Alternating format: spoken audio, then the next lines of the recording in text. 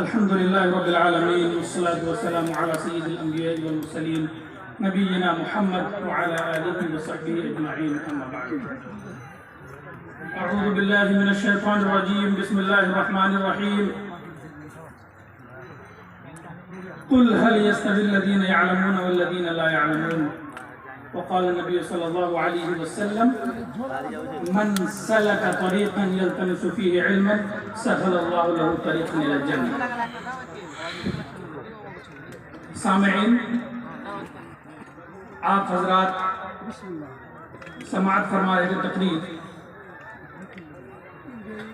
عورت کی فضیلت اور ان کی ذمہ داریاں.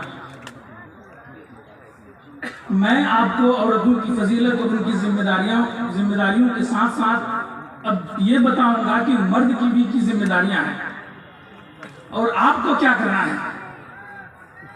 کچھ ذمہ داریاں ہوتی ہیں جس سے آپ جنت حاصل کرتے ہیں، کچھ ذمہ داریاں ہوتی ہیں جس سے آپ اپنی زندگی کو بہتر کر سکتے ہیں اور اپنی زندگی بہتر کرنے کے ساتھ ساتھ اپنی آخرت کو بھی بہتر کر سکتے ہیں.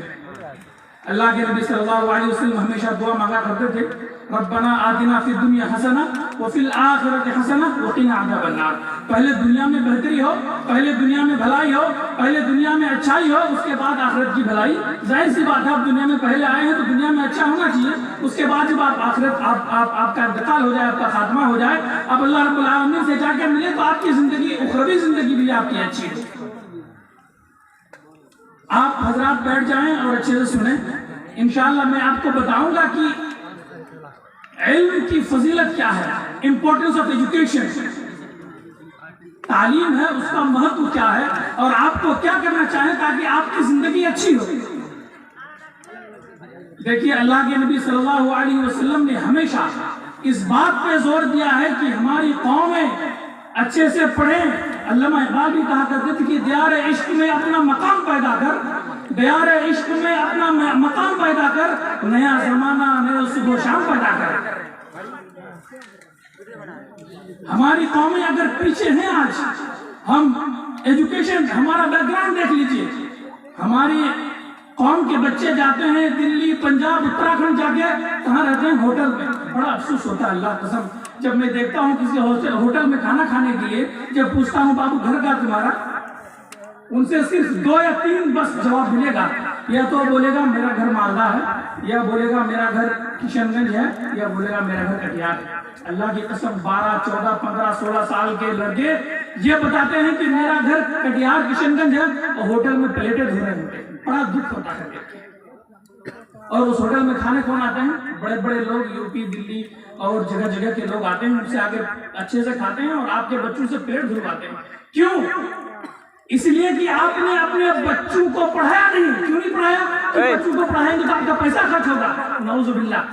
آج اگر ہمیں یہ جلسہ کرنا پڑ رہا ہے صرف اس وجہ سے نہیں، آپ کی فلاح بہبودی کے لیے نہیں، اس لیے نہیں کیا جا رہا ہے کہ آپ ایک کانفرنس کی شکل میں آئیں، آپ کو دین کی باتیں بتائیں جائیں، دنیا کی باتیں بتائیں جائیں، آپ اس سے استفادہ کریں. نہیں، بلکہ قبرستان کی توسیع کے لیے، قبرستان کی زمین خریدنے کے لیے، مسجد بنانے کے لیے، مدرسے کو چلانے کے لیے اگر آپ کو چندہ کرنا پڑ رہا ہے، سمجھیے ہم سے مردہ اور ہم سے بیکار قوم ہو ہی نہیں سکتی. نہ، آپ کے اندر اتنی صلاحیت ہونی چاہیے پیسے کی، آپ کے اندر اتنی وسعت ہونی چاہیے کہ آپ اپنے پیسوں سے اپنا ایک گھر نہیں بنا سکتے. گھر مطلب آپ جب مر جائیں گے تو آپ کتنی جگہ چاہیے آپ کے لیے؟ اتنی جگہ کرنے کے لیے بھی آپ کو دوسروں سے چندہ لینا پڑ رہا ہے. تو اس سے زیادہ میں تنقید نہیں کرتا ہوں. نعوذ باللہ اس جلسے کی.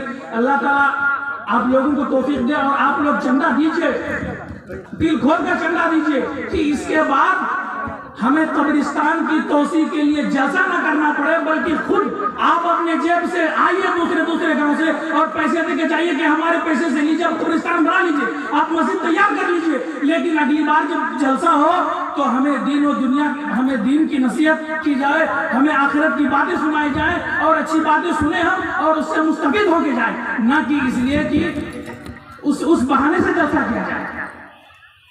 میں آپ کو بتاتا ہوں